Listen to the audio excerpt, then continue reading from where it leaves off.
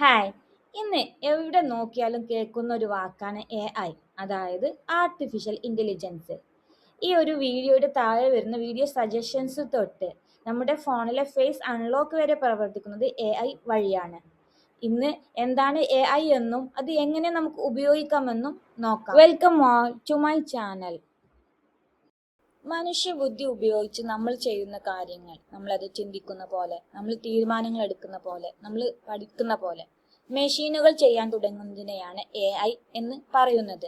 ആ ഒരു മെഷീൻ വെച്ചിട്ട് നമ്മൾ പഠിപ്പിച്ചു കൊടുക്കുകയാണ്. അതായത് ഇപ്പൊ നമ്മളൊരു കൊച്ചുകുട്ടിക്ക് നമ്മളൊരു ആപ്പിളിന്റെ പടം കാണിച്ചു കൊടുത്തു, ഒന്ന് പഠിപ്പിച്ചു കൊടുത്തു.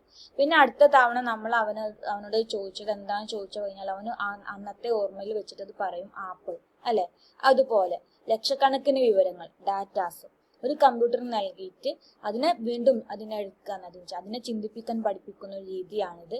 ഇതിനെയാണ് നമ്മൾ മെഷീൻ ലേണിംഗ് എന്ന് വിളിക്കുന്നത്.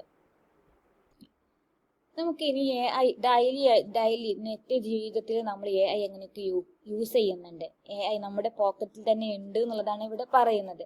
അപ്പോൾ നമ്മൾ അറിയാതെ തന്നെ ദിവസവും AI ഉപയോഗിക്കുന്നുണ്ട്. എങ്ങനെയൊക്കെ?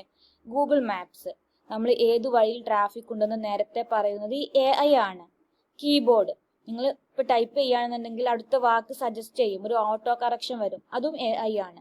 യൂട്യൂബ്, നെറ്റ്ഫ്ലിക്സിലും അപ്പോൾ നിങ്ങൾക്ക് ഇഷ്ടപ്പെട്ട വീഡിയോകൾ കൃത്യമായി മുന്നിലെത്തിക്കുന്നത് AI ആണ്. സ്പോട്ടിഫൈ, ഇതിലെല്ലാം. ChatGPT, ജെമിനി, ഇപ്പോൾ നിങ്ങൾ ചോദിക്കുന്ന എന്തിനു മറുപടി നൽകുന്ന നിങ്ങളൊരു പേഴ്സണൽ അസിസ്റ്റന്റ് ആയി വർക്ക് ചെയ്യുന്നുണ്ടാവും. നിങ്ങൾ അത് യൂസ് ചെയ്യാവുന്നവരാണെങ്കിൽ അറിയാൻ പറ്റും. ഇനി നമുക്ക് why should you learn AI now, നമ്മൾ എന്തിനു ഇപ്പോൾ AI പഠിക്കണം, അതിൻ്റെ ഒരു ആവശ്യകതയാണ് പറയുന്നത്. ഇപ്പോൾ പണ്ട് കമ്പ്യൂട്ടർ വന്നപ്പോൾ എല്ലാവർക്കും ഒരു പേടിയായിരുന്നു, ജോലി പോകും എന്നുള്ളതിൽ എല്ലാവരും മാറി നിൽക്കുമായിരുന്നു. എന്നാൽ കമ്പ്യൂട്ടർ പഠിച്ചവർക്ക് കൂടുതൽ അവസരങ്ങൾ കിട്ടി. അതുപോലെയാണ് AIയും. ഇതിനെ പേടിക്കേണ്ട ആവശ്യമൊന്നുമില്ല, മറിച്ച് ഇതിനെ കൂടെ കൂട്ടുക, ഇതും കൂടെ പഠിക്കുക.